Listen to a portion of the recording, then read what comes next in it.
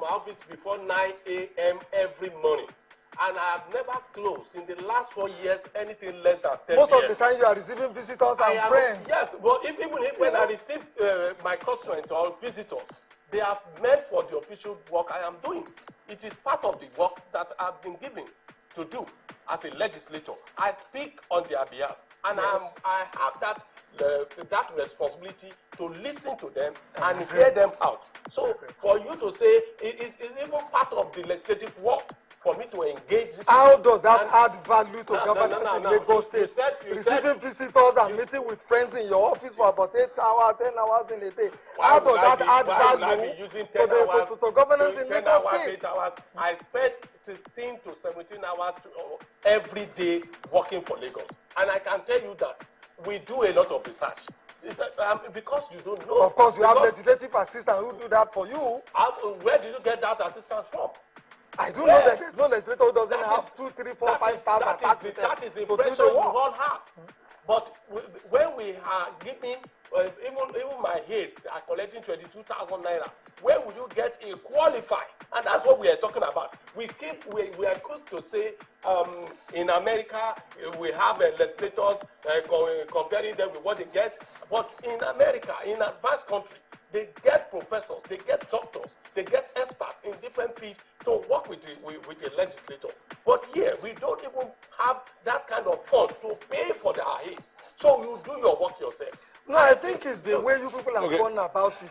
And you people are not interested in professors and people who really have the knowledge to work for you. You are not. If you are interested, there is the way you would have gotten those people. I give you an example. Have you at any time requested any of the universities or polytechnic to send people to you for sabbaticals and the universities would have done you that? Have you ever requested to the universities and asked people to come and do the industrial attachment with you? And then they refuse. Which university that is close?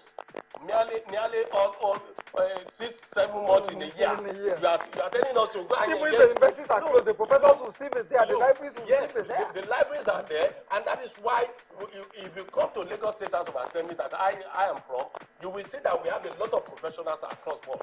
There is no field that you will not find a person that's representing them in Lagos State House of Assembly. At least for this 7th assembly, I can boast of that. We have legal practitioners in the assembly. We have engineers, we have economics, we have accountants, we have all fields you can dream of. What I have observed is that most time they join the assembly, most of these professionals become very lazy.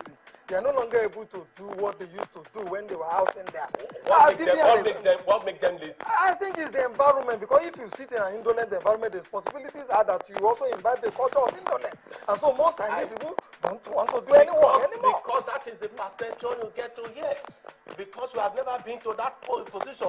If we have always been there like that and we are sitting down there, you think the Lagos will be moving, you think Nigeria will be moving the way it is today. Lagos is moving because the civil servants are always there to do the work. They work from 8 o'clock in the morning. We have created a legislative platform for good governance. We have developed a framework of a legislative framework that enhances good governance in Lagos. And that is why every policy, every money that's being spent is being legislated by Lagos State members of Assembly. I agree that it is appropriation. It is not. But when you also look at the appropriation that is done, it is not most times done to the benefits of the legislator. How?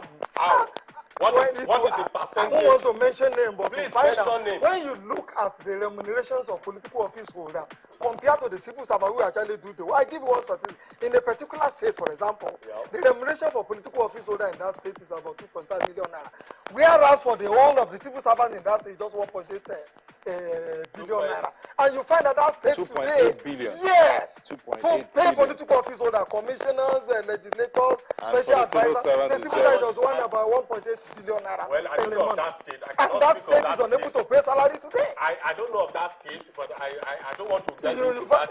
A state that ordinarily should have about 5 commissioners, they have more about, I think about 20.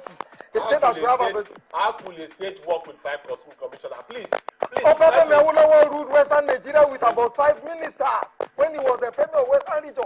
So you are now running a state that is just about the local government when Obafemi Awolowo was there. What is the population? It comprises the whole of the so-called Yoruba state today, the whole of the so-called... What is the population? I'm just asking the population. I can't remember, but even That's using what we are talking about. even use landmass as our index, we will find out that if he could do it using 5 ministers at that period, no commissioner, so to say, you people could equally do it just managing a small place like Lagos. All right, gentlemen, well, I think what we could do is we can bring it back down to today.